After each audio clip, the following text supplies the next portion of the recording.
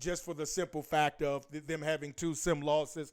But again, after this week, then we definitely going to have to see move them out of the PHFL power rankings until they are able to kind of turn it around, turn their season around. Coming in at number 9 is your Cincinnati Bengals. Again, a devastating loss today, but the same thing with the Browns is applicable for the Bengals. Their 2 losses is against AFC North. They lost week 1 to the Steelers, and then they just lost to the Ravens. So they have a bye week, and then they got the Browns, and then they have the Texans, the Broncos, the Jets, the Jaguars, and they close out the season with, man, they got a nice stretch when they close out the season starting at week 13. They got the Steelers, Browns, Ravens, Titans, and Panthers. So again, we definitely gotta take a look at and definitely gotta we don't want to throw the dirt on Coach Twitch yet. He did speak to the media afterwards and say, listen, you know what, practice right now, we had a lot of injuries and just a lot of things going on at the facility, so really couldn't get a lot of practice time. And then our OC, there was some things, just from a schematic perspective that we wasn't able to kind of iron out before this game. But he definitely definitely said, hey, listen, when we get to the next time we play him, is not even going to be close. So we're going to make sure we circle that on our calendar, bulletin board material. Coach Twitch definitely said the next time we play the Ravens, it won't be close. Coming in at number 10, making their first, again, brand new to the PHFL, but we got to, it's a lot of 3-2 teams in the PHFL, but we got to pay homage. He came in and, man, he made a statement. So your Carolina Panthers are coming in at number 10 in the PHFL power rankings. Right now, they play against the Atlanta Falcons. So if they win that game, they go to 4-2. Then they got a big game against the NFC South King, self-proclaimed king. Coach Coach Woe, Lovejoy. The guy, from Game of Thrones, Reek. But that, Coach Woe, that's the king. You know what I mean? In order to beat a man, you got to beat the man. So, right now, if he knocks off the Falcons and then he got Coach Woe, that's gonna be a test. If he could get past, again, the Falcons and then get past the Bucks, man, we're gonna definitely have to take Coach, the Panthers, Coach D Money, definitely as a contender. Definitely in the NFC South, and then maybe we have to look at them as far as the NFC overall is concerned. Now, let's get to some of the teams right now that is getting late early. I mean, we had week 5, and we got some teams right now that we got to ask some questions like, okay, when is it time to panic? Is it time to, make some changes? Are trades, on the docket? We got to start asking the questions, because right now, we are in week number 5, and some teams right now, we have to assess the panic meter. It's not fair to not assess the panic meter. So here are our top 6 teams right now that we got some questions, man, that the fans are like, man, hey, what's going on? And it starts off with your Tampa Bay Buccaneers. They are at 1-4 on the season. They made the playoffs last year. Some lot of changes in personnel. I believe Joe Milton is the starting quarterback. Let me take a look at it. I believe no, he starts Baker. Okay, he starts Baker. So Baker is still your starting quarterback. I know that Joe Milton was a guy that the Buccaneers organization is high on. But right now, you may have to just go with the savvy vet. Just looking at, Baker's stats, I think, again, we've talked about this ad nauseum about the Bucs. If they can just refrain from turnovers, Baker has 10 touchdowns and 12 interceptions.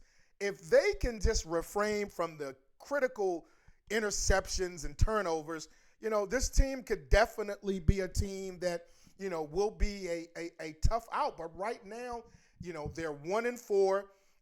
Looking at the division, The Carolina Panthers right now play the Atlanta Falcons. They're 4-2, so they could be 4-2.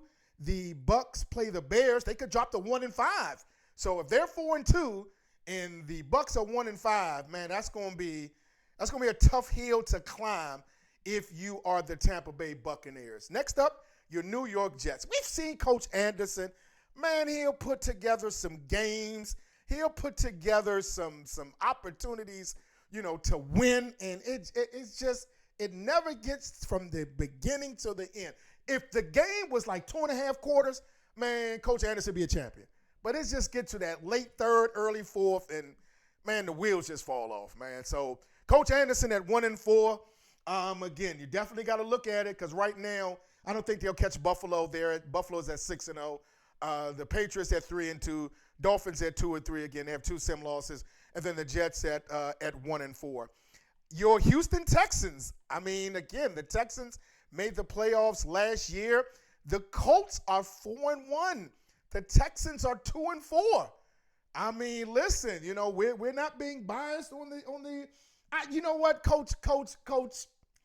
You know what, Coach? The Green Bay Packer Twitter feed is just going crazy. They said, why not put the Minnesota Vikings? The Vikings have been so ass with Coach Mizzy for so long. It's not even a surprise. You know what I mean? It's like they don't even have a meter. It's not even panic in Minnesota because they just expect to lose year after year after year after year. So, until they even forget a 500 record, until they even get like a 350 record, you know what I mean, like a 275. You just can't really look at them. You have to really look at them like an XP game or a game where you try to build up your young players and get them some stats and stuff like that. So I don't think the Vikings right now are, with all due respect, are a serious threat.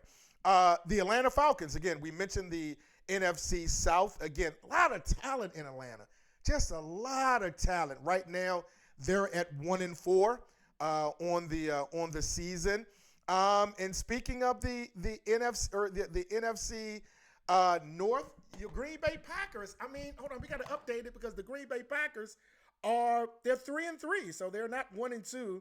They're 3-3. So let's get that updated. I mean, Green Bay.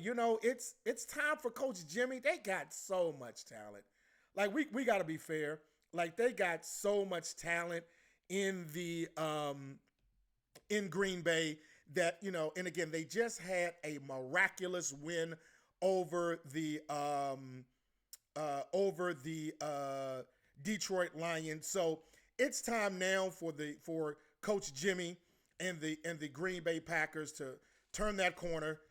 It's time for them to step up and be a threat in the. So let's get their record updated. Okay, there we go. And get it going. Make a move. Make a way to win the NFC North and then the Chicago Bears. Just a lot of talent right now. They're at 1-4 in the NFC North division. So again, right now it's the NFC. Right now it's literally almost the. You hate to say it, but it's like the Seattle Invitational. Somebody got to step up. Somebody in the NFC is going to have to step up and put the big boy pants on and punch Seattle in the mouth. Looking at some of the games thus far, the Houston Texans, they were on our list, and they just got 70 dropped on their head by Coach TDG, 70-56.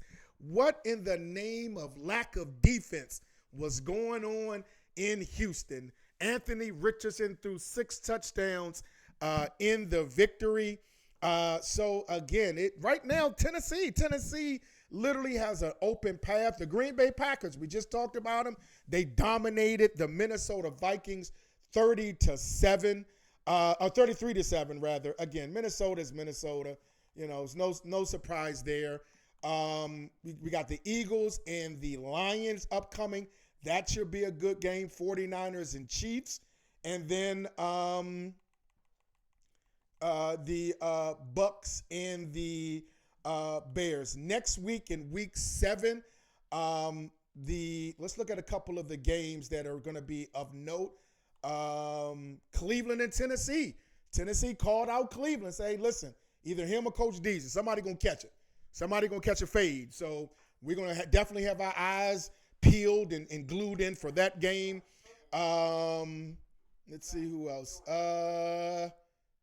Seattle and San Francisco. Let's see if Coach Center is really back. Let's see how competitive he's going to be in that game. And then Carolina and Tampa Bay. We definitely going to have our eyes open for that game as well. So a lot of action upcoming in the PHFL. Fellas, make sure y'all tune in on Sunday. We're gonna do a live PHFL betting show. Man, we got some guys that they win. Man, we got Coach Shifties, man. Coach Shifties shift the line bets. We got Coach Jimmy. We got Coach Mizzy's Money Makers. We got Coach Mike S. Hey, man, we got some good bets. So we're going to get the fellas up into the booth and talk about some of the upcoming games. Might even try to do it on Saturday for some of our NCAA bettors that may be looking for a couple of parlays. I don't think right now. Let me hold on. Let me go in and let me look at hold on, give me a second. Let me look at hold on.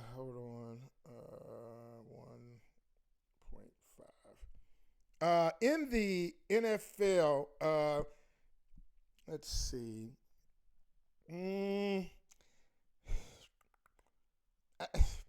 Dallas gonna get crushed. If I gotta wait till the spread come out because they don't have CD Lamb. Micah is going to be a problem. Hold on, let me look at. And again, this is Bet MGM, so I think again it may be every betting site may be different or what have you. But right now, Cardinals in Seattle. That's only at 1 point. I'm probably leaning more towards Seattle. Vikings and Steelers. I'm scared of that one. Tennessee and the Texans. We got to talk about that. Jaden's probably not going to play. Atlanta, again, who knows how long they're going to go with Penix. They got Buffalo and the Saints 16.5. That's almost 17 points. I think I'm taking the Saints with the 17. They in Buffalo, though.